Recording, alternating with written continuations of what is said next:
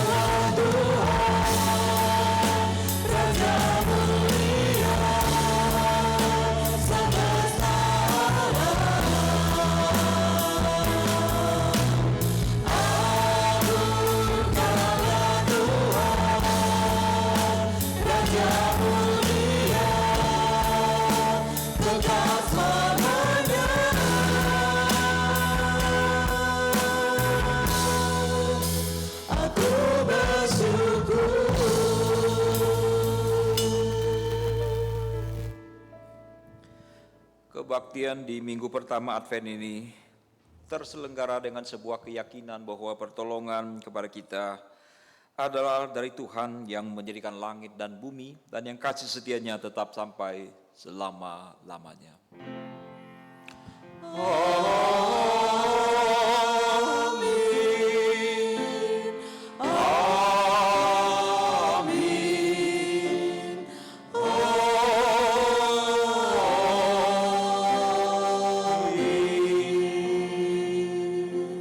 Kiranya kasih karunia dan damai sejahtera dari Allah Bapa kita serta dari Tuhan Yesus Kristus menyertai saudara-saudara sekalian. Dan menyertai saudara juga. Jemaat silakan duduk kembali. Hari ini tema ibadah kita adalah ketika Allah terasa berdiam diri. Uraian firman Tuhan akan dipaparkan oleh Pendeta Ji. Nas pengantar kita diambil dari Yesaya pasal 55 ayat yang ke-6. Carilah Tuhan selama ia berkenan ditemui, berserulah kepadanya selama ia dekat. Pada minggu Advent pertama ini, mari kita menyambut kedatangan Sang Immanuel, Tuhan aja kita naikkan pujian KPPK 86. Oh datang Immanuel.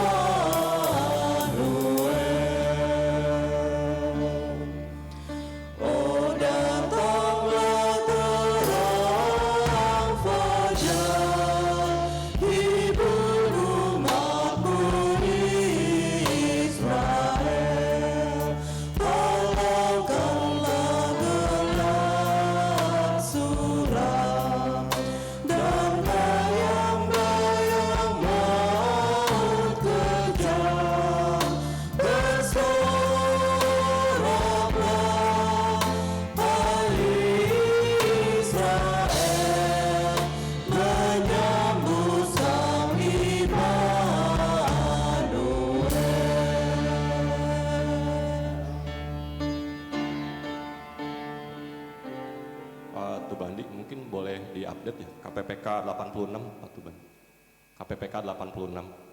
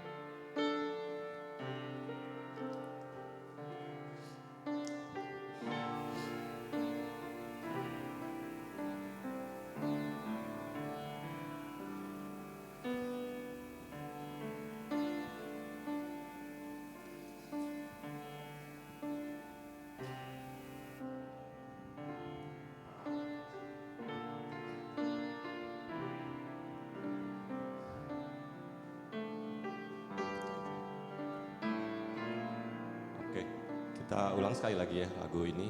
Kita naikkan pujian ini sekali lagi. Oh datang Immanuel. Dari bait pertama.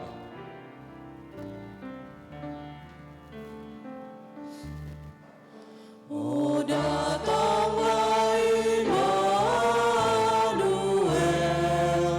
tebus umatmu Israel, yang dalam berkeluh kesah menantikan penolong.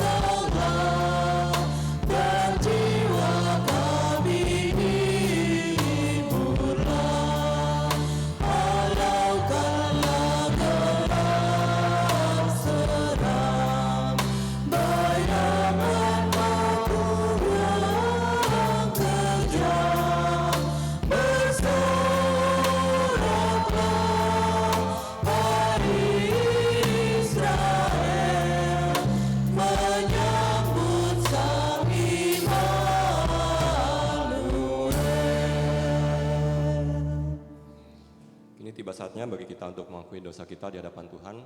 Saya persilakan untuk masing-masing jemaat mengakui dosanya masing-masing di hadapan Tuhan. Mari kita berdoa.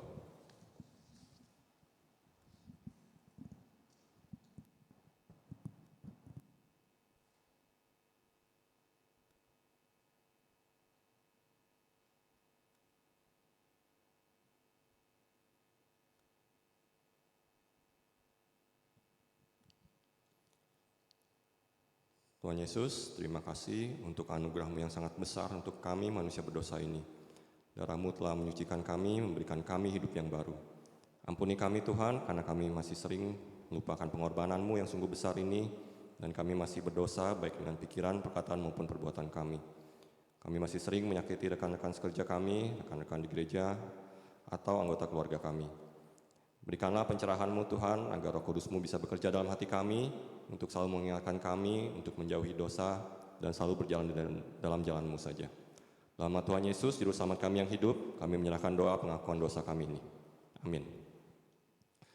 Mari kita naikkan pujian dengan apa akan kubalas untuk menyambut doa pengakuan dosa yang kita naikkan.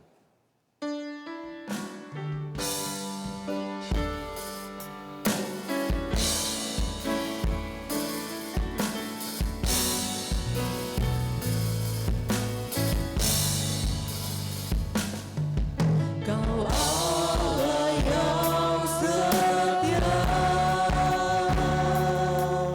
Bapa yang mulia,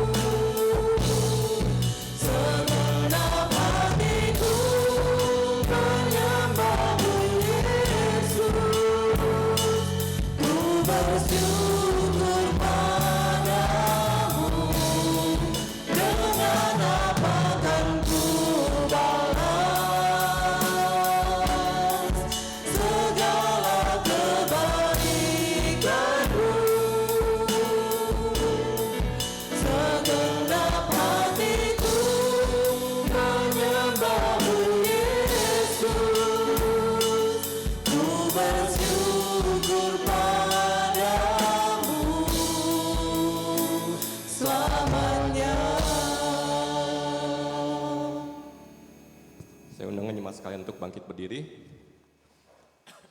Kita akan mendengarkan berita anugerah dari Tuhan yang diambil dari Mazmur 40 ayat yang ke-18. Aku ini sengsara dan miskin, tetapi Tuhan memperhatikan aku. Engkaulah yang menolong aku dan meluputkan aku, ya Allahku, janganlah berlambat. Demikianlah berita anugerah dari Tuhan. Syukur pada Allah. Saya persilakan jemaat duduk kembali. Kita akan menyampaikan responsoria kita yang diambil dari Mazmur 13 ayat yang pertama hingga ayat yang ke-6.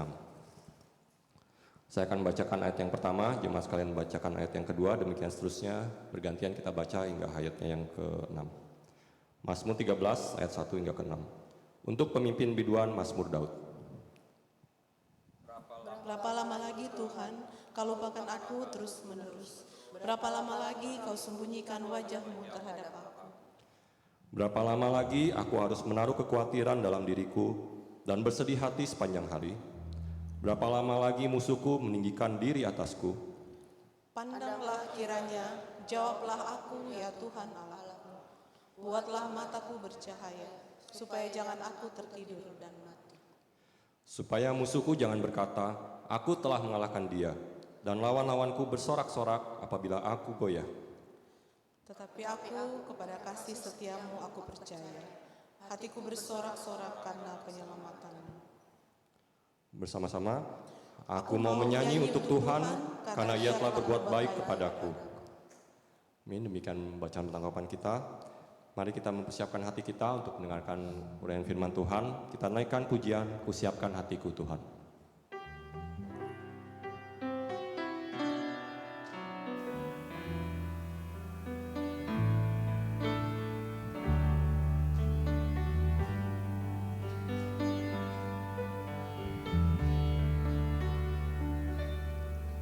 Kusiapkan hatiku Tuhan, untuk dengar firman-Mu saat ini.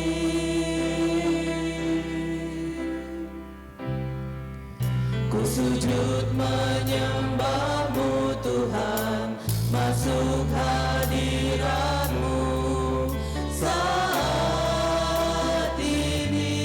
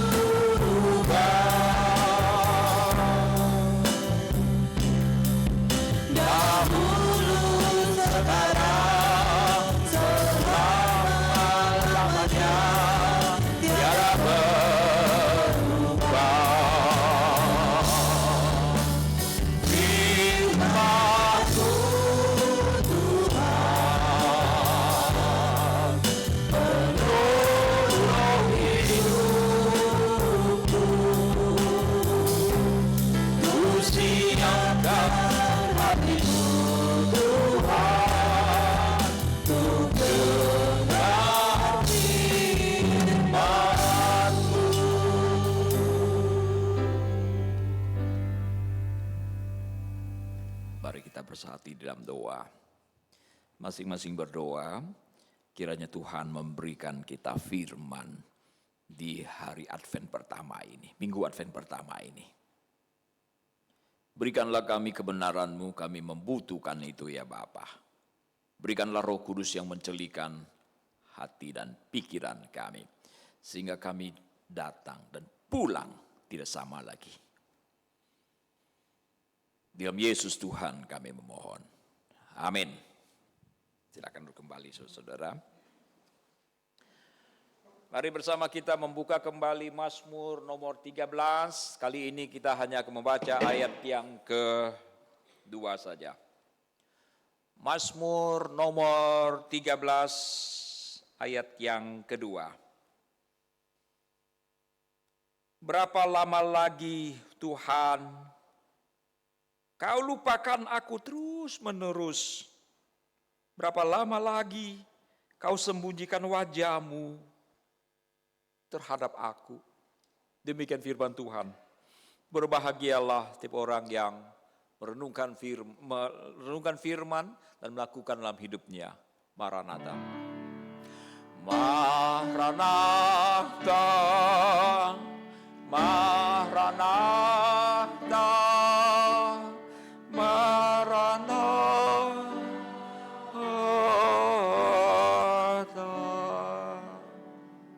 Teksnya masih haleluya saudara. Ini sudah Advent pertama, maka lagu berubah menjadi Maranatha. Selamat pagi saudara-saudara. Shalom. Berikan senyum termanis kita saudara. Kalau ada suami istri pegang tangan sebentar. Nah Pak Hendro udah ngerti ya. Tapi yang dipegang tas Ibu Iva malah. Ya kiranya sejahtera Tuhan turun menaungi saudara-saudara sekalian. Tema kita hari ini adalah ketika Allah terasa berdiam diri. Saudara, ada kalanya Allah terasa berdiam diri. Apa yang sedang terjadi dengan Allah dan apa yang harus kita perbuat ketika Allah terasa berdiam diri. Allah Israel rajin berbicara, berfirman kepada umatnya Israel. Tapi ada satu masa di mana Tuhan tiba-tiba berdiam. Dan bukan hanya sesaat, tapi selama 400 tahun. Tuhan tidak berfirman. Tuhan tidak berkata-kata kepada umatnya selama 4 abad. Siapa di antara saudara tiba-tiba mendapati suaminya diem? Bukan karena sakit gigi. Yang tadinya banyak ngomong, tiba-tiba diam. Ada sesuatu, betul enggak Bu Siowing? Betul ya? Ibu Ita pernah ngalami? Belum. Iya. Kalau Ibu Regina tiap hari mendapati suaminya diem ya. Karena Pak Steven, Pak Johansson, siapa lagi ya? Pak Kasim ya, tipikal orang yang diam, saudara-saudara. Tapi kalau saudara punya suami yang suka ngomong ya tiba-tiba diam, rasanya ada sesuatu, saudara, ada sesuatu. Israel pernah mengalami situasi seperti itu. Saudara, kapan sih rasanya Tuhan rasanya berdiam diri? Kapan? Yaitu pada saat kita merasa membutuhkan pertolongan Tuhan. Pada waktu kita merasa terpuruk. Pada saat kita merasa tidak berdaya. Tetapi ketika kita dalam tanda kutip merasa tidak membutuhkan Tuhan, rasanya Tuhan tidak pernah berdiam diri, bukan? Karena kita tidak pernah memikirkan Tuhan. Apakah Tuhan berdiam diri atau aktif? Kita tidak tahu karena kita tidak terkonek dengan Tuhan. Sedang jaya, sedang makmur, sehat walafiat. Usaha lancar, suami anteng, istri cakep, anak-anak manis-manis, juara kelas, tetangga anteng, anjingnya pun gak suka gonggong. nggak mengganggu. Kemana-mana bagus. Kita tidak pernah merasakan Tuhan berdiam diri di dalam situasi seperti itu. Karena kita tidak terkonek dengan Tuhan. Tapi begitu kita merasakan, wow, saya lagi sulit ini, kontrakan udah mau habis Tuhan. Pekerjaan seret begini. Tuhan, suami saya kok jadi begini. Ini anak-anakku begini. Aduh Tuhan, kesehatan saya kok makin hari makin gak beres ya. Tuhan, berapa lama lagi kau terus menerus melupakan aku? Dan Tuhan, mengapa kau sembunyikan wajahmu terhadap aku? Itulah seruan Daud, Mazmur nomor 31 ayat kedua itu. Saudara-saudara sekalian, Tuhan berdiam diri. Itu bukan karena dia terlalu sibuk. Itu seperti saudara kalau lagi mau komplain kartu kredit atau apa. Zaman dulu kalau kita mau melapor, telepon kita putus, telepon ke berapa tuh? 147 ya, betul. Begitu sambung tut tut tut tut. Telepon ke BCA. Sedang sibuk. Tunggu sebentar lagi, pulsa kita jalan terus ya. Saudara, Allah tidak terlalu sibuk sebetulnya. Allah nggak ada urusan soal kesibukan. Dia tidak seperti kita kelelahan. Wah, mungkin terlalu banyak orang yang telepon kepada Tuhan ya. Bermiliar-miliar orang berdoa pada Tuhan sehingga doa saya belum dapat giliran ini direspon. Begitu, saudara. Enggak begitu. Allah berdiam diri bukan karena dia tidak mampu. Wah, persoalan saya terlalu besar ini. Lebih besar dari Allah. Mungkinkah? Tidak mungkin. Ada orang bikin sebuah pertanyaan oksimoron. Dia bilang begini, Allah Maha Kuasa bukan Yunus? Allah yang Maha Kuasa bisa tidak membuat batu yang besar? Bisa enggak? Bisa, karena dia Maha Kuasa.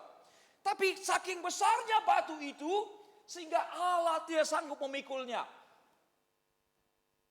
Mungkin tidak. Saudara pikir ini pertanyaan sedikit konyol ya?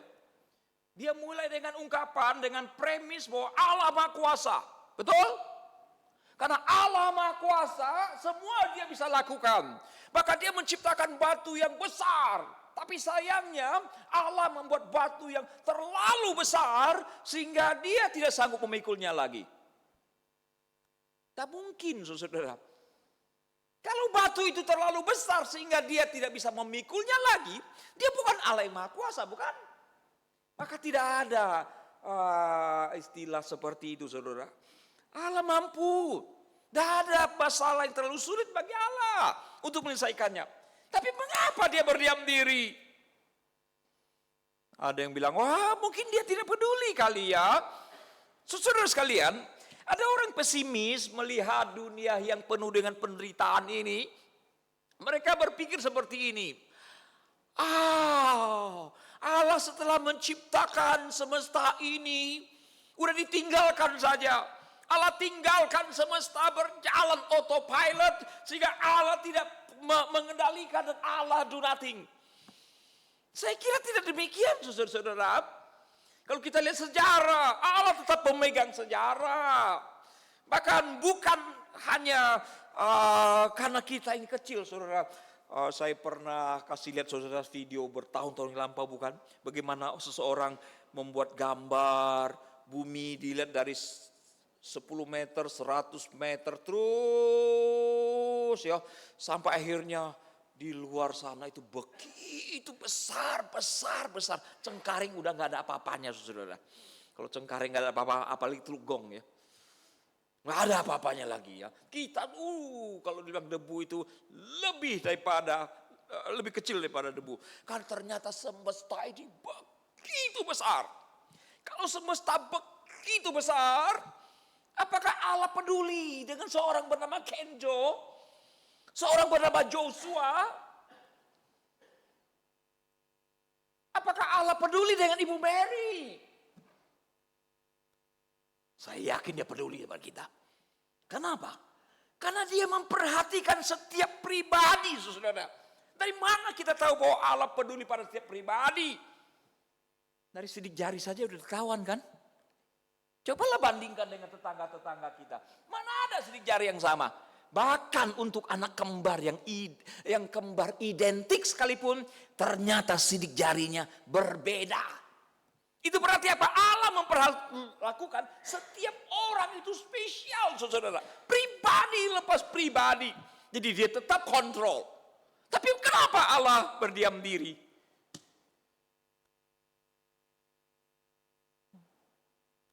Saya pernah mengutip seorang rabi Yahudi. Dia bernama Harold Kushner. Saudara masih ingat itu? Dia baru meninggal bulan April atau Maret, April yang lampau, saudara. Dia seorang rabi Yahudi di kota New York, punya doktor 4, saudara. Pinter bukan main. Tapi dia tulis sebuah buku yang berjudul kalau diterjemahkan bebas, ketika hal-hal buruk menimpa orang baik. Itu terjadi karena anaknya Aaron lahir dalam kondisi cacat secara genetik.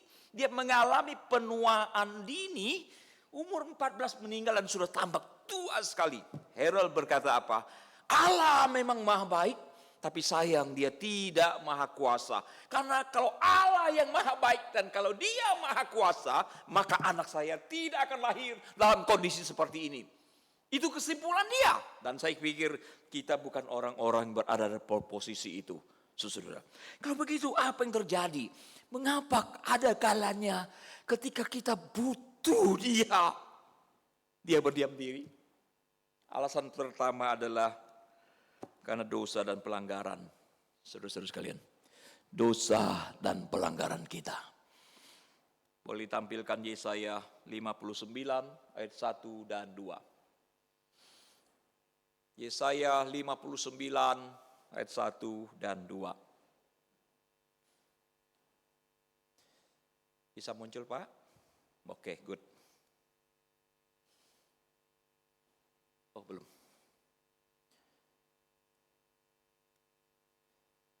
Sepertinya perlu diupdate lagi, saudara ya. Oke, mari lihat. Sesungguhnya tangan Tuhan tidak kurang panjang. Ini ternyata Tuhan itu panjang tangan ya. Pengertiannya jadi beda, bukan itu. Sesungguhnya tangan Tuhan tidak kurang panjang untuk menyelamatkan. See? Dan pendengarannya tidak kurang tajam untuk mendengar. Itu artinya Allah siap mendengar dan Allah siap menolong. Tangannya panjang untuk menggapai. Itu klaim dari firman Tuhan. Apa masalahnya? Ayat berikutnya. Tetapi yang merupakan pemisah antara kamu dan Allahmu ialah segala kejahatanmu, dan yang membuat dia menyembunyikan diri. Saudara lihat kejahatan kita, dosa kita begitu keji di depan Allah, sampai-sampai Allah seolah ketakutan dan menyembunyikan diri. Sehingga ia tidak mendengar. Dengar tuh? Sehingga Allah tidak mendengar, ialah segala dosamu. Perhatikan itu, saudara. Itu sebabnya ketika kita berseru-seru kepada dia, kita merasa dia tidak lakukan apa-apa. Dia terasa diam, silent. Alkitab memberikan kita informasi karena kejahatan kita. Karena kenajisan kita. Karena keberdosaan kita. Saul, siapa itu Saul? Saul. Raja orang Yahudi yang pertama, saudara, secara politik. Dia pernah bersalah kepada Tuhan. Lalu dia bertanya kepada Tuhan, meminta kepada Tuhan. Alkitab mencatat demikian. Saul bertanya kepada Tuhan, tetapi Tuhan tidak menjawab dia. baik dengan mimpi, baik dengan urim, baik dengan perantaraan para nabi. Kenapa demikian? Karena Saul melanggar firman Allah. Saudara-saudara sekalian, dosa itu berakibat sangat radikal, sangat radikal. Bacalah apa yang terjadi dan perjanjian lama ketika Alkitab berkata kejahatan manusia di bumi besar. Allah menyesal telah menjadikan manusia di bumi dan hal itu memilukan hatinya. Setelah itu Tuhan menghukum umat manusia melalui peristiwa. Halo? Masih baca Alkitab? Masih baca Alkitab? Melalui peristiwa Nabi Nuh. Dibinasakan seluruh umat manusia kecuali 8 orang, Nuh dan anak mantu dan istrinya. Saudara-saudara sekalian, dosa itu sangat radikal. Allah menyesal. Saudara, bukan hanya itu, seseorang bisa saja tetap berseru-seru kepada Tuhan, menyebut Tuhan, beribadah pada Tuhan, tapi Tuhan belum tentu telah menjadi Allah dia. Dari mana kita tahu? Saudara, mari kita lihat apa yang terjadi pada waktu Yesus diadili oleh pemerintahan Romawi. Pilatus dia menemukan kesalahan di dalam diri Yesus sehingga mereka punya alasan untuk menyalibkan dia, menghukum dia mati. Tapi orang Yahudi selalu mendesak salibkan dia, salibkan dia. Saudara sekalian, Pilatus ambil air mencuci tangannya. Dia berkata, aku mencuci tangan, aku tidak mau menanggung dosa atas orang ini. Tapi orang-orang Yahudi bilang apa? Mari lihat saudara, Matius pasal 27 ayat 25. Ini kata-kata orang-orang Yahudi. Ketika Pilatus bilang orang ini tidak bersalah. Matius 27 ayat 25. Lihat tuh. Dan seluruh rakyat itu menjawab, biarlah darahnya ditanggungkan atas kami dan atas anak-anak kami. Wow, berani sekali mereka berkata-kata seperti ini. Yang sedang diadili waktu itu adalah Yesus. Pilatus bilang, gak ada, saya gak berani menanggung darahnya. Ini kata-kata mereka. Saudara, apa yang terjadi setelah ini? Kira-kira 35 tahun kemudian, 30-an tahun kemudian, saudara, bangsa ini betul-betul dihajar oleh Tuhan. Setelah 400 tahun Tuhan tidak berbicara pada mereka, tiba-tiba muncullah Yohanes Pembaptis. Itulah suara pertama setelah 400 tahun, saudara. Yohanes Pembaptis datang untuk mempersiapkan jalan bagi Yesus, tetapi masyarakat waktu itu menolak dia. Segelintir orang yang menerima dia sampai hari ini, saudara. Sampai hari ini. Tahun 70, kira-kira 30-an tahun setelah Yesus disalibkan, hancur bangsa ini, saudara. Bait Allah yang megah, yang dilapisi dengan emas, konon katanya seperti itu dirubuhkan oleh Jenderal Titus. Tembok Yerusalem habis. Dan sejak itulah orang Yahudi terpencar menjadi diaspora ke Eropa, ke Asia, Cina, termasuk Indonesia, saudara-saudara. Sebagian kecil tinggal di negeri Kanaan, saudara. Itu dari abad ke abad terus bergejolak. Terjadi pergantian kekuasaan. Yerusalem dijatuhkan lagi, dikuasai lagi. Terjadi perang salib dan seterusnya. Tiba-tiba kita dikagetkan. Di perang dunia kedua. Bagaimana bangsa ini dibantai oleh Jerman. Di mana 6 juta orang dimasukkan dalam kamar gas, saudara. Apa yang terjadi? Mereka tetap menyerukan nama Yahweh sebagai Allah mereka. Tapi sebetulnya Alkitab mengatakan Allah telah membuang mereka. Kenapa Allah membuang mereka? Karena dosa dan kejahatan. Itu yang terjadi, saudara sekalian. Itu yang terjadi. Tapi Alkitab berkata, firman Allah tidak bisa batal. Satu saat Tuhan akan memulihkan mereka. Kita tidak tahu kapan Tuhan memulihkan Israel. Sampai hari ini tidak.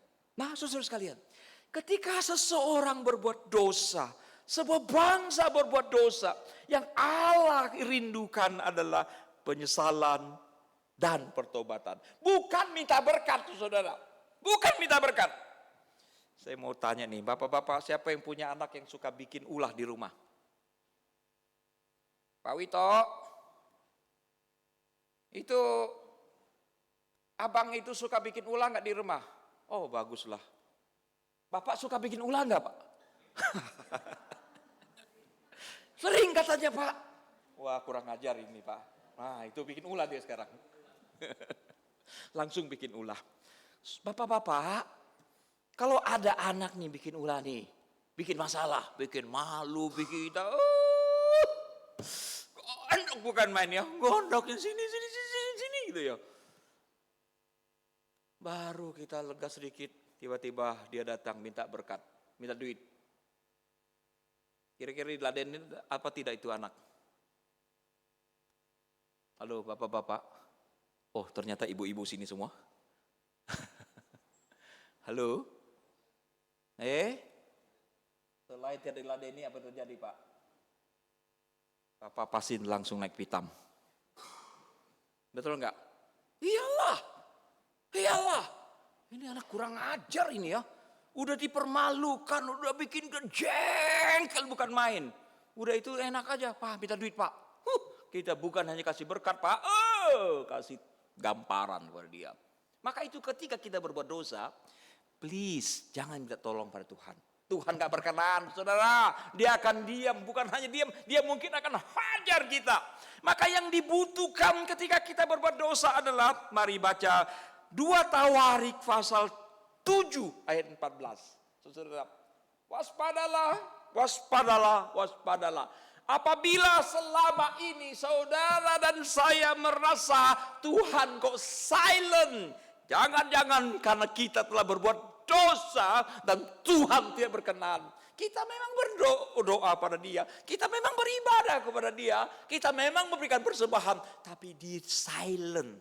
Mungkinkah dia sedang marah kepada kita? Apa yang dibutuhkan adalah 2 Tawarik pasal 7 ayat 14. Inilah caranya supaya Tuhan tidak silent lagi, tidak berdiam diri lagi. 2 Tawarik 7 ayat 14.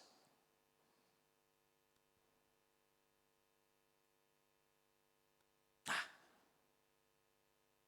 2 Tawarik 7 ayat 14. Mari simak saudara. Dan umatku yang atasnya namaku disebut, apa yang terjadi? Merendahkan diri, berdoa, mencari wajahku, lalu berbalik dari jalan-jalan yang jahat, maka aku akan mendengar dari surga dan kemudian mengampuni dosa mereka serta memulihkan negeri mereka. Ini janji Tuhan. Dan ini harus kita lakukan, saudara. Apabila selama ini Tuhan berdiam diri karena ternyata kita seperti orang Israel bersalah kepada dia. Yang harus kita lakukan adalah merendahkan diri, berdoa, mencari wajahnya. Dan yang paling penting di bagian ini adalah berbalik dari jalan-jalan yang jahat. Maka Allah berjanji, aku akan mendengar. Kalau di dalam Yesaya 59, Tuhan tidak mau mendengar. Bahkan Tuhan menyembunyikan diri. Sekarang ini akan terjadi apabila seseorang merendahkan diri, berdoa, mencari wajah Allah, berbalik dari jalan-jalan jahat, maka Tuhan akan mendengar dari surga. Bukan hanya mendengar, tapi mengampuni dosa mereka. Bukan hanya itu, lebih lanjut lagi, Tuhan berjanji memulihkan orang itu, memulihkan negeri itu. Itu pertama. Kedua, kenapa Tuhan tampak berdiam diri? Mungkin Tuhan sedang menguji iman kita. Apakah Tuhan tidak tahu kualitas iman kita sehingga dia perlu menguji kita? Nah, Tuhan tidak perlu menguji kita. Tapi ujian itu perlu supaya kita tahu berapa dalam iman kita, saudara. Justru pada waktu kita terseot-seot, terpuruk, Tuhan berdiam diri. Itu akan menentukan kualitas iman kita. Apa kita masih percaya Allah peduli? Apa kita masih percaya Allah berkuasa, Allah berdaulat? Justru pada waktu permintaan kita tidak ditanggapi oleh Allah. Saudara sekalian, saya bawa saudara dalam perenungan lebih dalam lagi di dalam Matius pasal 15. Saudara Justinus Tuban ditolong Matius 15 ayat 23. Ini ada satu peristiwa, saudara. Matius 15 ayat yang ke-23. Nah, ini latar belakangnya panjang. Sebetulnya saya membutuhkan kira-kira 2 jam untuk menjelaskan ini, saudara. Tapi sekedar supaya saudara punya gambaran.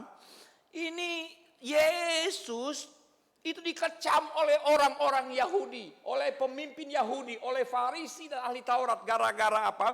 Murid-murid makan gandum tidak cuci tangan. Bukan soal kesehatan, tapi dianggap melanggar tradisi, melanggar Taurat. Nah, di situ terjadi perdebatan yang sengit sekali. Sampai-sampai Yesus berkata, bangsa ini memuliakan aku dengan bibirnya. Percuma mereka beribadah padaku. Sesungguhnya hatinya jauh daripada aku. Wow. Ini sekarang siapa? Yahudi, pemimpin agama Yahudi. Saudara, nah setelah itu tiba-tiba Yesus membawa murid-muridnya pergi ke tanah orang kafir. Ini pertama kali dalam Alkitab Yesus pergi ke luar negeri, saudara. Dan saya yakinkan tidak pakai paspor waktu itu. Dia keluar dari tanah Kanaan. Kenapa? Dia pergi ke Tirus dan Sidon. Kira-kira sekarang ada di Libanon, saudara. Nah, apa yang terjadi? Kenapa Yesus pergi ke negeri orang kafir? Saya menafsir begini. Yesus akan menunjukkan sebuah peristiwa sebagai perbandingan. Di sini di tanah Kanaan, kamu lihat pemimpin Yahudi kelakuannya kayak begini. Tapi spiritualitasnya nol. Religiusitasnya, agamanya getol, tapi spiritualitasnya nol. Nah sekarang dia pergi ke satu tempat untuk memperlihatkan ini perempuan loh. Seorang perempuan dan bukan Yahudi, tapi mempunyai kualitas iman yang jempolan. Kira-kira begitu. Tapi masalahnya, Yesus tidak ngomong sebelumnya. Hei perempuan, nanti saya akan begini, kamu harus begini. Saya ngomong begini, kamu jawabnya begini. Nggak ada, saudara. Nah karena tidak ada dialog seperti itu, tidak ada skenario, maka apa yang Yesus lakukan dalam rangka menunjukkan kepada murid-murid bahwa ada seorang perempuan non-Yahudi yang sangat beriman, itu sebagai ujian imannya. Paham saudara? Belum paham? Belum, saya ulang lagi dari awal kalau gitu. Enggak usah. Nah, demikianlah ya. Bukan ayat ini yang saya mau. 15 ayat yang ke-22. 21 juga boleh. Ingat ya, Tuhan silence karena Tuhan sedang menguji. 15:21. Lalu Yesus pergi dari situ, nah itu pergi dari tanah Kanaan, dari tanah perjanjian. Dan pergi menyingkir saudara, ke daerah Tirus dan Sidon. Ini sudah di luar tanah perjanjian. Apa yang terjadi saudara? Nah di luar tanah perjanjian di ayat ke-22, 15:22.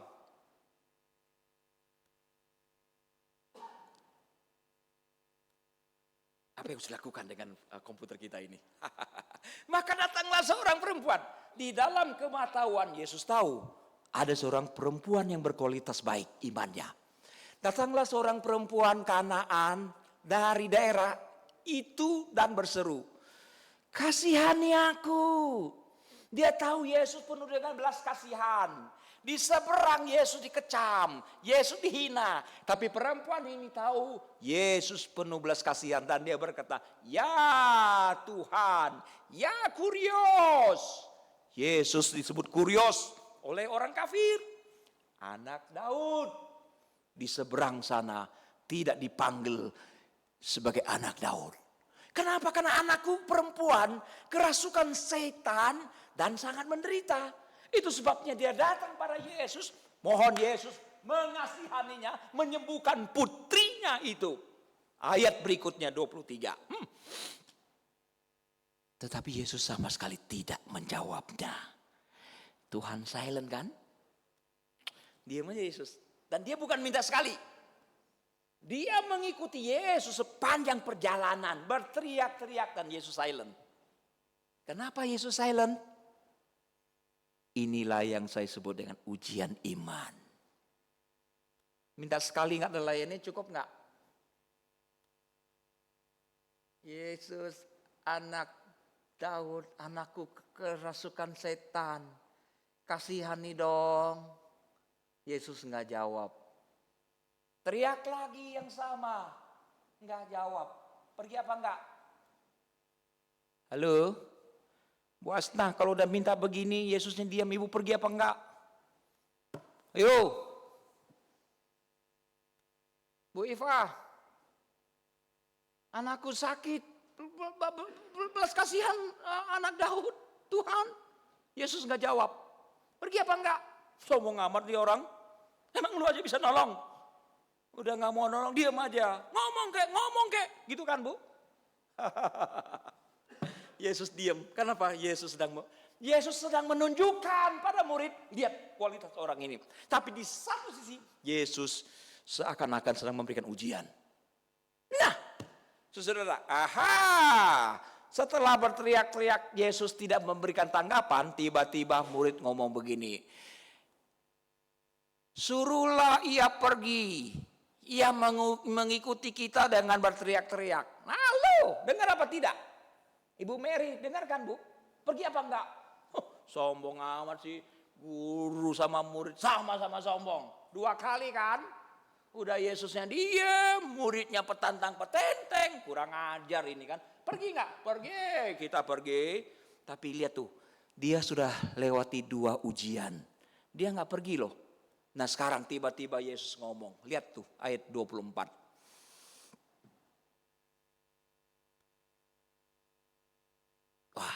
Sulap saya tidak manjur ya. Enggak juga. 15:24.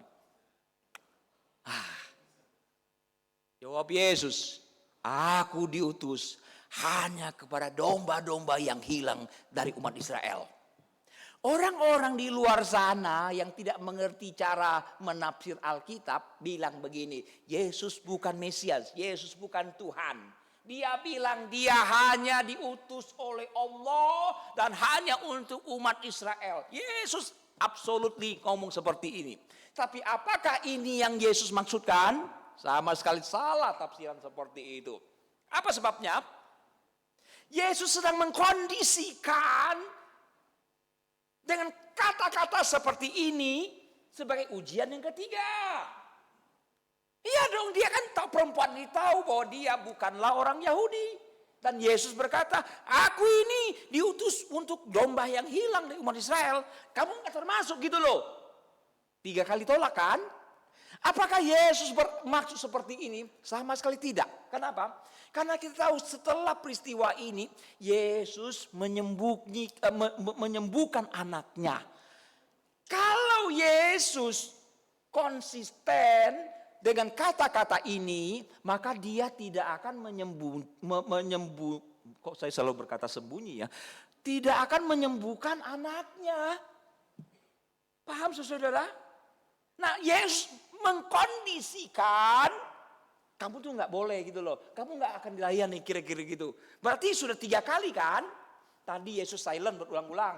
Murid ngusir. Yang sekarang ketiga, kamu bukan Yahudi. Cukup nggak 3 kali ditolak? Halo Pak. Cukup apa enggak? Ibu pergi apa enggak Bu? Nggak pergi beneran Bu. Yang serius. Hampir semua orang akan pergi setelah ditolak 3 kali. Tapi selalu tahu apa yang terjadi dengan perempuan ini? Ayat berikutnya itu memberikan bukti yang sangat mencengangkan. 25. Tapi perempuan itu mendekat. Lihat tuh. Bukannya pergi Pak Iwan. Sebaliknya mendekat. Alih-alih kutuki Tuhan dia malah menyembah. Alih-alih bersungut dia malah berdoa. Mendekat, menyembah, dan berdoa. Tuhan tolonglah aku. Keren apa enggak? Keren kan? Lihat gak perbedaan pemimpin Yahudi dan perempuan orang Kanaan ini? Kualitasnya luar biasa kan? Cukup gak 3 kali ditolak? Gak cukup. Yesus tambah 1 kali lagi. Ayat yang ke-26. Tetapi Yesus menjawab, tidak patut mengambil roti yang disediakan bagi anak-anak, anak Israel, dan melemparkannya kepada anjing. Nah loh, lagi-lagi orang yang tidak bisa menafsir Alkitab berkata, Yesus terlalu kasar. Kenapa? Mengidentifikasi seorang perempuan parubaya sebagai anjing. Salah tafsir saudara-saudara. Yesus tidak bermaksud seperti ini. Sebentar lagi saya akan buktikan. Kenapa? Ingat Yesus mau kondisikan supaya murid tahu ini 4 kali kita perlakukan dia begini. Kamu lihat kualitasnya. Beda banget dengan pemimpin kamu di seberang. Itu maksudnya. Tapi sekarang ini menjadi ujian keempat. Yesus meminjam konsep orang Yahudi. Bangsa kafir itu anjing. Anjing itu. Nah sekarang Yesus mau pakai, nih kamu murid-murid, kita kan suka sebut mereka anjing. Sekarang saya kasih tahu dia anjing. Lihat responnya kayak apa. Orang Timur Tengah itu mirip-mirip orang Indonesia saudara. Kecuali orang Singkawang beda. Singkawang sebut akeu nggak masalah. Acu, amiau. Ada akeu sini, nggak ada kan? Namanya akeu nggak apa-apa. Tapi kalau orang Indonesia secara umum, masih ingat waktu pandemi, ada orang menyumbang nasi apa? Nasi apa? Dulu kan biasa aja nasi kucing. Terlalu kecil katanya. Dia bikin porsi gede, dikasih nama nasi anjing. Jadi urusan ke Polda. Bangsa kita, saudara, plus 62 itu aneh-aneh aja ya. Oke, saudara. Nah, saudara, ini bukan Yesus melecehkan, menghina dia. No. Salah konteks. Tapi apa yang terjadi saudara? Perempuan itu merasa dirinya diidentifikasi sebagai anjing. Tapi lihat respon dia di ayat yang berikutnya. Kata perempuan itu, benar Kurios, benar Tuhan. Namun anjing itu makan remah-remah. Saya hanya minta remah-remah saja. Aku memang anjing. Tidak pantas makan roti. Aku hanya minta remah-remahnya saja. Yang jatuh dari meja Tuhan. Ini sungguh menyentuh sebetulnya saudara.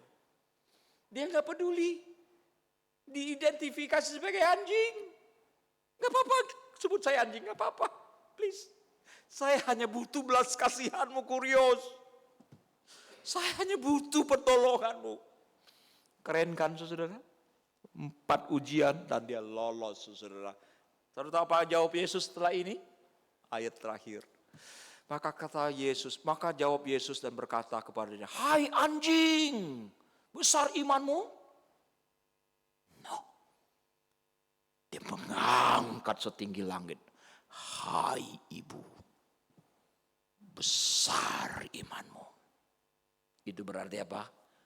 Seberang sana mungkin juga termasuk murid-muridnya nggak beriman. Kamu lihat justru perempuan, orang kafir yang imannya besar. Saudara sudah mengerti kan kenapa Tuhan silent? Karena Tuhan sedang menguji imannya. Apakah Tuhan tidak tahu kualitasnya? Tuhan tahu. Tuhan tahu. Please, saudara-saudara bergumul, berseru kepada Tuhan. Kalau Tuhannya diam ya. Jangan-jangan Tuhan sedang menguji imanmu. Dan yang terakhir, ketiga. Saudara-saudara, kenapa Tuhan silent? Karena Tuhan hanya diperlakukan dalam relasi transaksional. Apa itu? Bagi sebagian orang Kristen, saat baik-baik saja yang dia butuhkan adalah berkat Tuhan. Tetapi bukan Tuhan. Setuju saudara? Tidak semua orang Kristen. Tidak semua orang Kristen. Sebagian orang Kristen saat baik-baik saja yang dia butuhkan adalah berkat Tuhan. Tuhan mah nggak perlu, nggak penting. Ingat nggak khotbah minggu lalu? Khotbah apa minggu lalu ya? Halo, apa keluhan Yesus? Kamu mencari aku bukan karena telah melihat. Ya ampun. Kayaknya minggu depan perlu balik lagi kita khotbah tentang roti hidup itu ya. Kamu mencari aku bukan karena telah melihat tanda-tanda, tapi karena roti kamu kenyang. Saudara, itu yang saya maksudkan. Bukan mencari Yesus, tapi mencari berkat. Tetapi dalam kondisi tidak baik-baik saja, yang dia butuhkan adalah Tuhan. Ini yang disebut dengan relasi yang bersifat transaksional. Lagi kembali anak-anak kurang ajar nih ya.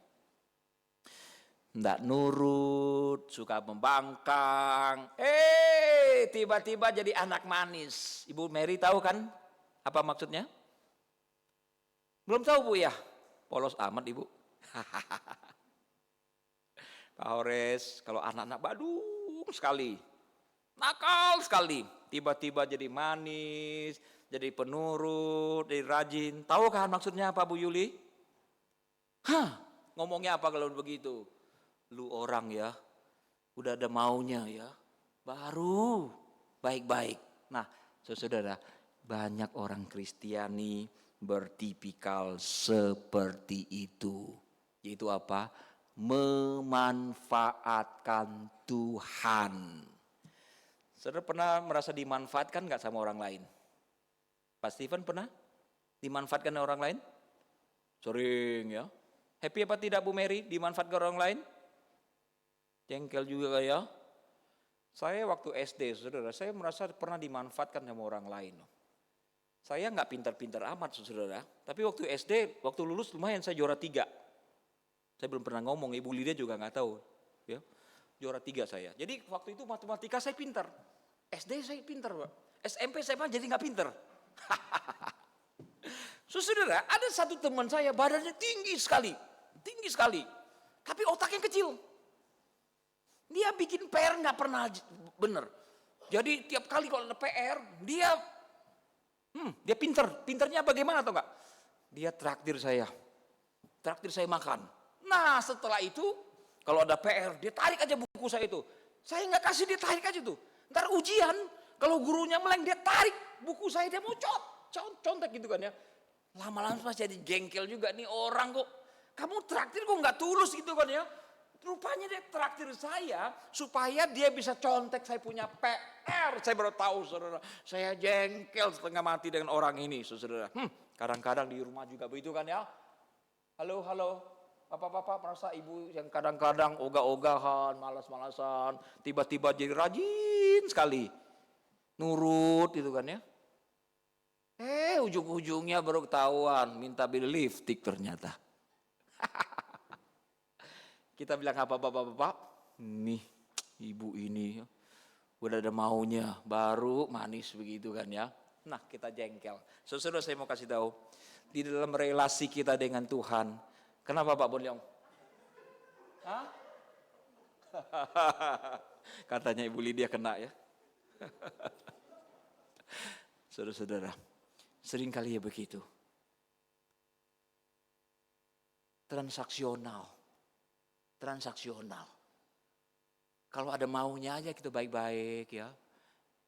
Udah kita mohon-mohon pada Tuhan. Nanti udah pulih, gila lagi tuh. Saya ketemu seringkali juga ada orang Kristen begini. Kalau udah sakit ya, berjanji inilah, bernasar ini. Begitu udah baik, udah sehat, lupa semua, gila lagi. Transaksional saudara. Itu sebabnya Tuhan silent. Dia jengkel sebetulnya. Apa sih gitu loh. Nah sekarang saya tutup dengan kata-kata dari seorang pendeta di Amerika masih hidup. John Piper bilang begini. Anda harus menjaga dan memelihara iman kepercayaan Anda ketika Anda tidak berada dalam krisis. Jika kita menunggu sampai krisis melanda, kita tidak akan memiliki sumber daya atau kedalaman yang diperlukan untuk mempertahankan iman dengan baik. Itu sebabnya mari kita bangunlah relasi dengan Tuhan yang intim. Doa itu bukannya permohonan, saudara. Itu sebabnya kalau kita identikan doa itu permohonan. Kalau ada perlu kita doa. Itu sebabnya hari doa itu kan hari Kamis kan jarang datang kan ya. Karena merasa nggak butuh, nggak ada yang mau didoakan. Betul Yunus?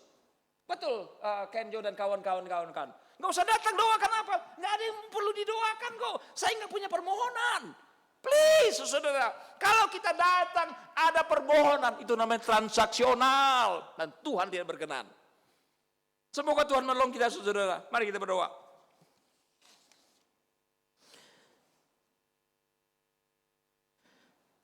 Apakah saat ini saudara-saudara merasa Tuhan silent? Itu berarti saudara sedang menghadapi masalah. Saudara merasa membutuhkan Tuhan. Ingat dia tidak terlalu sibuk, sehingga tidak sempat. Ingat dia mampu, bukan tidak mampu. Dia Maha Kuasa. Ingat dia peduli, dia tidak peduli. Tapi mengapa dia diam? Mungkinkah kita berdosa sehingga dia menyembunyikan diri? Berdoalah, carilah wajahnya, rendahkanlah diri. Berbaliklah dari jalan-jalan jahat, maka dia akan mendengar dan memulihkan. Kemungkinan yang lain, saudara sudah berdoa, memohon, Tuhan tetap silent. Mungkinkah ia sedang menguji imanmu? Apakah engkau hanya beriman kalau semua yang engkau dapatkan? Atau selama ini kita hanya butuh Tuhan kalau ada maunya saja? Mari berubah yuk saudara. Tolong kami Bapa untuk memahami ayat-ayat yang kami bacakan yang panjang dan lebar ini. Agar kami menjadi umat yang semakin diperkenan oleh Allah. Maafkanlah kami Bapa apabila pada masa lampau banyak dosa. Kami anggap biasa saja, semua orang berbuat dosa. Dan kami menikmati dosa itu. Padahal Tuhan sedang murka. Tuhan, apabila iman sedang diuji, buatlah setiap orang yang menghadapi ujian iman. Jangan seorang pun yang tinggal kelas, tapi semua naik kelas. Apabila kami adalah orang-orang Kristen yang transaksional, hanya ada butuhnya mencari Tuhan, melupakan, mengabaikan, bahkan melecehkan Tuhan. Jika kami makmur baik-baik saja, ampunilah kami Tuhan. Berkatilah setiap orang yang hadir pada hari ini, yang mendengarkan firman, kiranya anugerah-Mu turun bagi kami sekalian. Berkati kami semua ya Bapa. Bangsa ini kami serahkan dalam tangan pemeliharaan-Mu juga ya Bapa. Mari Bapa, dengarkan doa kami. Dalam Kristus kami memohon. Amin. Ekstra panjang khotbah hari ini doa, saudara. Baik, ada sedikit warta untuk kita simak. Setelah kebaktian ini selesai, mari Pak Fadi. Saudara, dalam rangka Advent selama beberapa minggu ini panitia Natal membuat kuis. Ada kuis yang bisa saudara ikuti, trivia itu kan ya, secara online. Ada hadiahnya itu ya, yang dapat nanti hadiahnya yang juara 1 Pak Steven boleh bawa pulang ke rumah. Itu bercanda. Oke, saudara boleh tinggal untuk mengikuti. Juga setelah itu juga ada acara sesi kedua yaitu Philadelphia Got Talent ya. Harap saudara bisa bertahan untuk menyaksikan dan memberikan support ya. MJ setelah ini juga ada rapat paduan suara, ada latihan. Jadi super sibuk kita akan Natal saudara. Kemudian jadwal Natal belum bisa ditampilkan ya, saudara? Belum. Oke, baik. Mari kita menyambut beberapa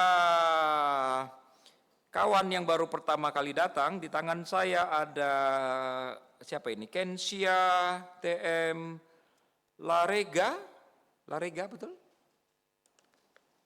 Yang mana orangnya boleh? Oke, ya Kensia ya. Selamat datang. Kemudian Edward, ini Pangeran Edward mana orangnya? Halo, Edward, selamat datang. Selamat datang, ini keluarganya Pak Johansson ya, betul ya? Oke, yes, selamat datang ya. Kemudian Kartika Anjani. Kartika. Oh yes, selamat datang Kartika. Mari kita beri tepuk tangan yang meriah. Hari ini minggu pertama saudara, seperti biasa kita akan maju ke depan untuk memberikan persembahan persepuluhan. Bagi saudara yang membutuhkan amplop kosong, majelis sudah menyiapkan di belakang, tinggal angkat tangan, majelis akan siapkan. Saya pikir itu saja. Pak Stefan, yuk lanjut lagi bagian terakhir.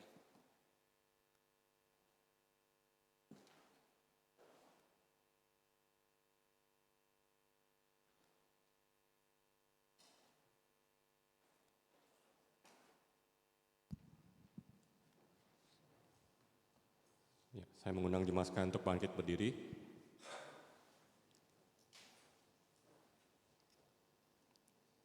Kita akan menyatakan iman kita seturut dengan pengakuan iman rasuli yang berbunyi demikian. Aku percaya kepada Allah, Bapa yang Maha Kuasa, Khalik langit dan bumi, dan kepada Yesus Kristus, anaknya yang tunggal, Tuhan kita, yang dikandung daripada Roh Kudus, lahir dari anak darah Maria, yang menderita sengsara di bawah pemerintahan Pontius Pilatus, disalibkan, mati dan dikuburkan, turun ke dalam kerajaan maut. Pada hari yang ketiga, bangkit pula dari antara orang mati, naik ke surga, duduk di sebelah kanan Allah, Bapa yang Maha Kuasa. Dan dari sana ia akan datang untuk menghakimi orang yang hidup dan yang mati. Aku percaya kepada Roh Kudus, gereja yang kudus dan am, persekutuan orang kudus, pengampunan dosa, kebangkitan mati, dan hidup yang kekal. Amin. Jemaat silakan duduk kembali.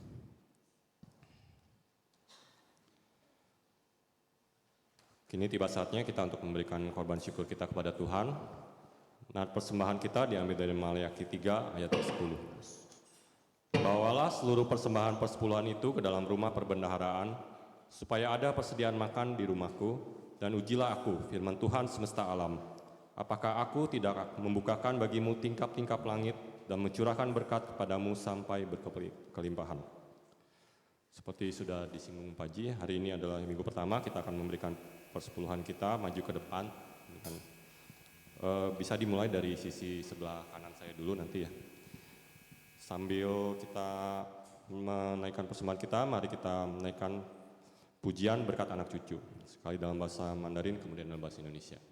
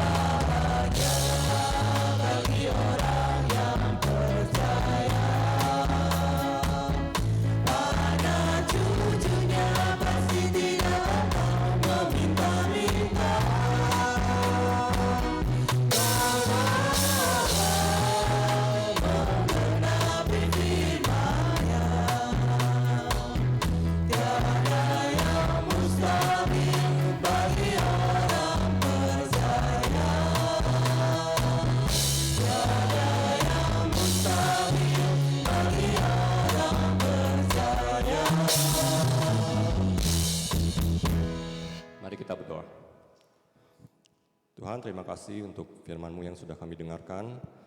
Tuhan berikan selalu berkat, sukacita dan kesehatan untuk pendeta Jisi keluarga dalam semua pelayanannya. Tuhan berkati persembahan yang sudah kami berikan hikmat kebijaksanaan kepada segenap majelis dan pengurus di gereja kami untuk mengelola persembahan ini, supaya bisa dipakai untuk mempermuliakan nama Tuhan, terutama di gereja-Mu tempat ini. Dalam nama Tuhan Yesus kami berdoa dan bersyukur. Amin. Kita telah tiba di penghujung ibadah kita. Saya undang jemaat sekalian untuk bangkit berdiri. Sebelum kita menerima doa berkat dan pengutusan, mari kita naikkan pujian Jalan Tuhan, sekali dalam bahasa Mandarin dan kemudian dalam bahasa Indonesia. Seperti poin yang sudah disampaikan oleh Pendeta Ji, ketika kita merasa Allah seperti berdiam diri terhadap doa dan kesulitan dalam hidup kita, mari kita beriman dan percaya bahwa jalan Tuhan bukanlah jalan kita. Mari kita menyerahkan hidup kita kepadanya. Tuhan merancangkan rancangan yang indah dalam kehidupan kita.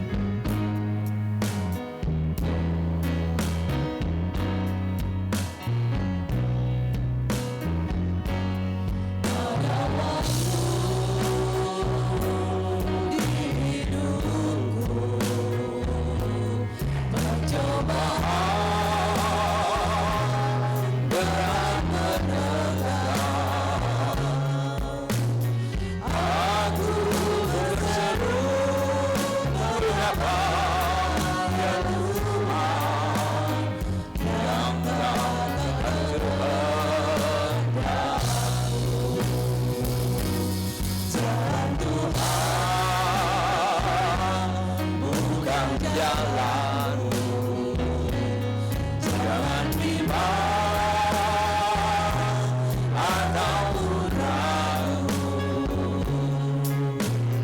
nantikan Tuhan jadikan semua indah pada waktunya.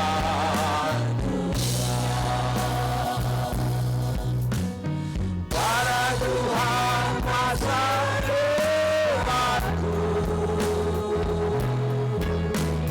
pada Tuhan ku serahkan hidupku. Nantikan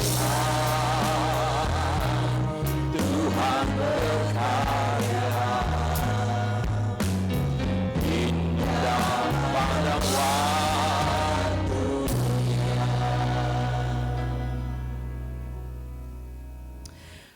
Saudara sekalian, arahkanlah hatimu kepada Tuhan. Kami mengarahkan hati kami kepada Tuhan. Jadilah saksi Kristus. Syukur pada Allah, Terpujilah Tuhan. kini dan selamanya. Pulanglah dengan sejahtera dan terimalah berkat Tuhan. Tuhan memberkati engkau dan melindungi engkau. Tuhan menyinari engkau dengan wajah-Nya dan memberi engkau kasih karunia. Tuhan menghadapkan wajah-Nya kepadamu dan memberi engkau damai sejahtera dari sekarang sampai selamanya. Maranatha. Maranatha, Maranatha, Maranatha, Maranatha, Maranatha,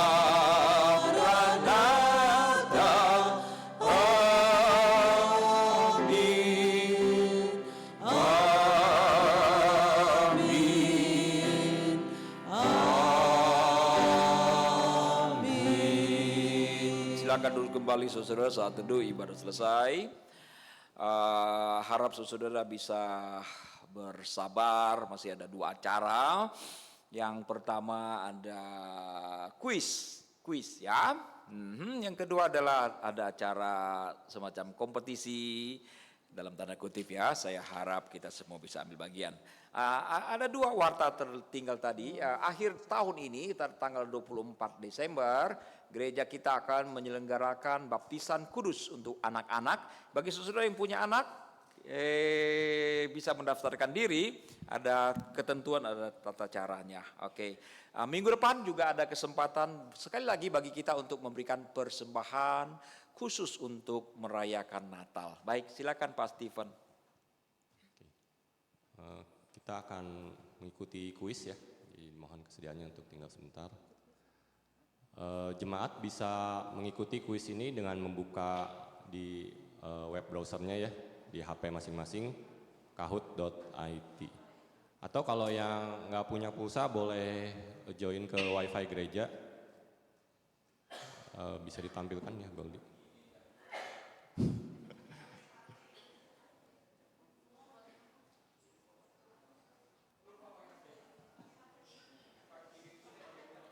Goldi mungkin bisa ditampilkan password wifi kita.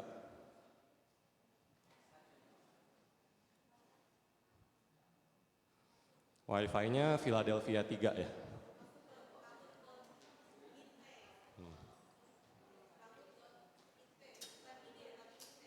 Ya. Kalau sudah bisa join, ya bisa buka di browser di komputer, di HP-nya masing-masing ya. Oh, kekecilan Bu. Kahoot.it ya. KAHOOT.IT. Iya.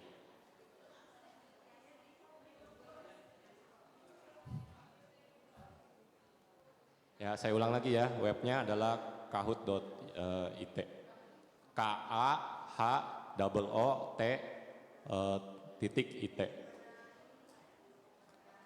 Lalu nanti kalau sudah join ke webnya akan ditanya game pinnya ya. Game pinnya seperti yang tertera di layar. Ini 1285520. Oh ya, sebelumnya nicknya tolong pakai namanya ya supaya nanti bisa didata. Kalau yang menang gitu Kita bisa tahu nanti kasih hadiahnya ke siapa ya.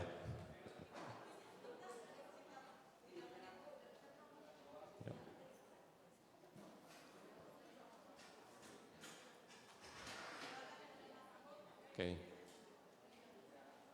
Yo, yang mau join sekali lagi itu game pinnya 1285520 ya.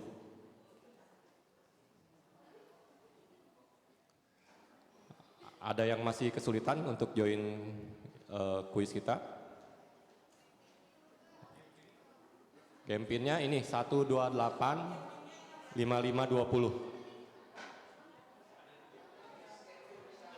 Ya.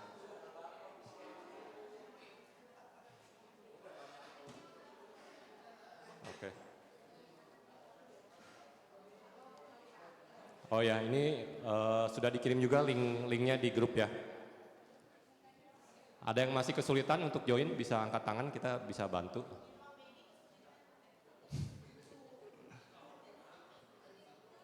Oke, ini baru 12 orang yang join. Apakah ada yang masih mau join lagi? Ada kesulitan?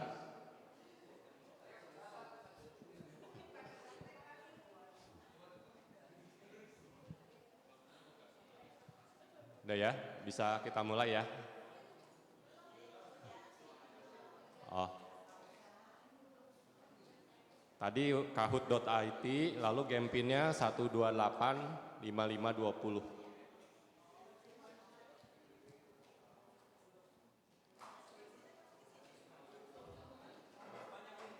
Kenapa? Oke, sudah 22 orang ya. Masih ada yang kesulitan untuk join? Boleh angkat tangan, bisa dibantu nanti. Oke, kalau nggak ada mungkin kita bisa mulai ya, Goldie. 25. Sudah pada join semua? Udah. Oke, yuk kita mulai ya kuisnya. Ini ada 3 pertanyaan. Pertanyaan pertama, pertanyaannya bisa dilihat di layar ya. Makanan yang disediakan oleh Tuhan bagi umat Israel di padang gurun. Yang merah mana? Yang kedua madu. Yang biru itu madu. Yang orange itu kurma, yang hijau buah ara. Itu bisa pilih di HP-nya ya. Ya. Pinnya 1285520.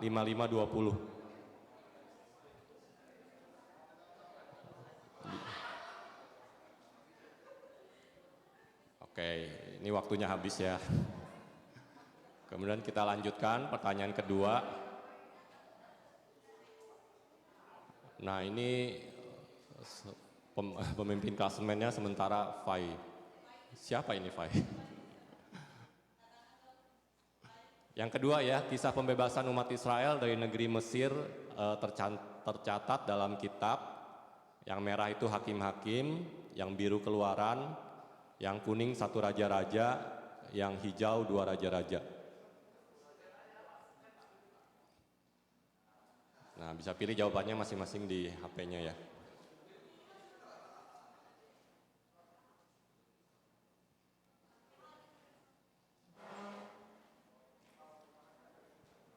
Oke, waktunya habis.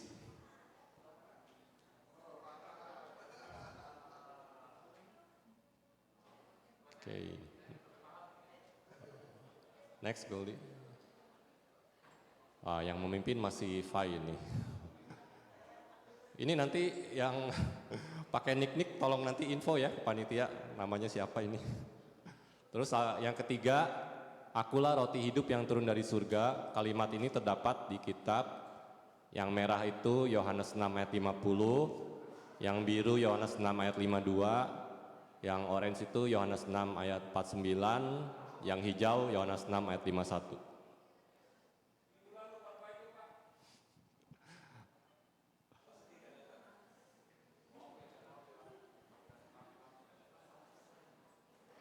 Oke, waktunya habis.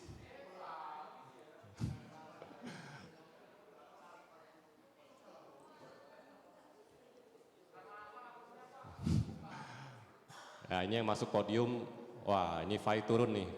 Peringkat ketiga, Desimata peringkat kedua. Peringkat kesatunya siapa ini? M. Wah, siapa ini M? Ya, nanti tolong info ya ke panitia ini yang pakai nick ini siapa ini. Oke, terima kasih untuk partisipasinya. Kita lanjut ke acara Philadelphia Got Talent ya. Ada, ini juara 1, 2, 3 ada hadiahnya.